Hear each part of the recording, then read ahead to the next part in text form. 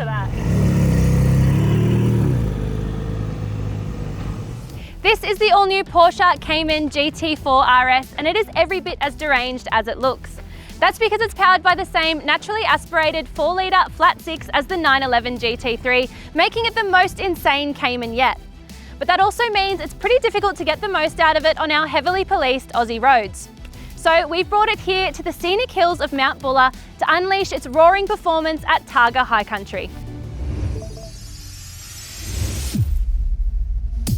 Every summer, dozens of enthusiastic Porsche owners hit the road to Victoria's most popular ski resort for 3 glorious days of closed road rally stages. It'll take you around 3 hours to get here from Melbourne, and the picturesque starting point is just the beginning, with the tour taking you as far as the wineries of Whitfield, through the small town of Mansfield, which is also where locals gather for Targa Fest, and all the way out to the gorgeous roads of Eildon. And while there is a proper timed element to this Targa event, Porsche owners take a more, shall we say, civilised approach.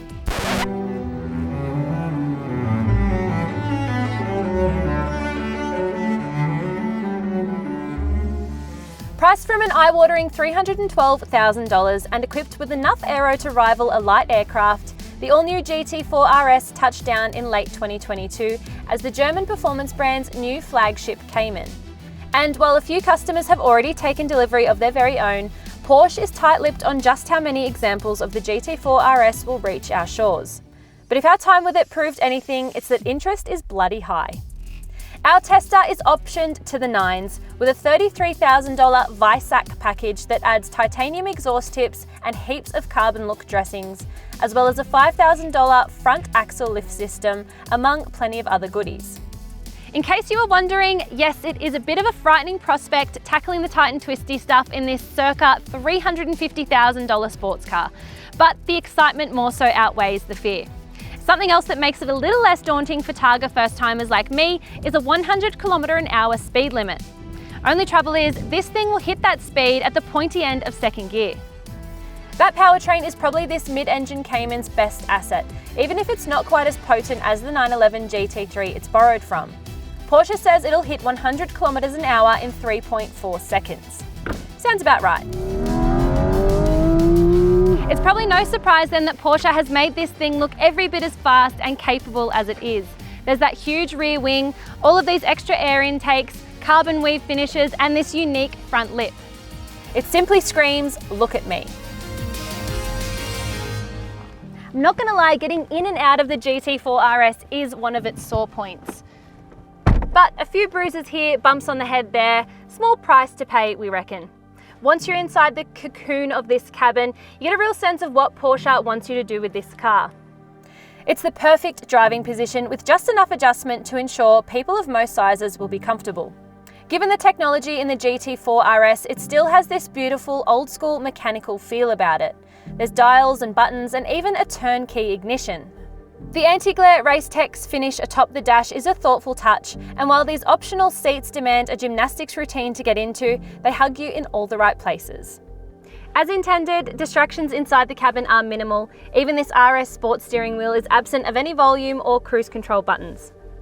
But modern features you'd expect at this price point include Apple CarPlay, navigation, and digital radio.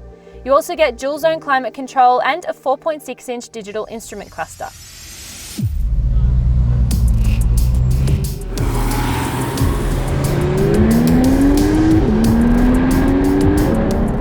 The GT4 RS is mega in every sense of the word, and bringing it to an event like this is exactly what it's made for.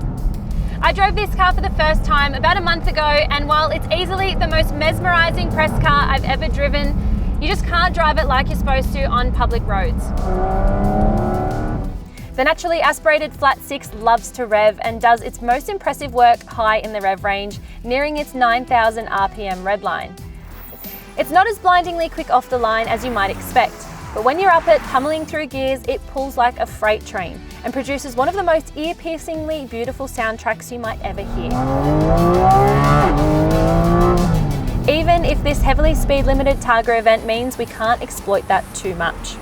But that doesn't mean we can't still throw it around the tight and twisty corners of Mount Buller, because if that engine is the best thing about the GT4 RS, its finely tuned chassis has got to be second. Taking corners at speed in the GT4 RS is otherworldly, and even when you push it too hard and it gets slightly out of shape, its finely tuned ESC makes the tiniest adjustments to clean things up without ever slowing you down. It's flat as a tack through corners and snaps through changes in direction without hesitation.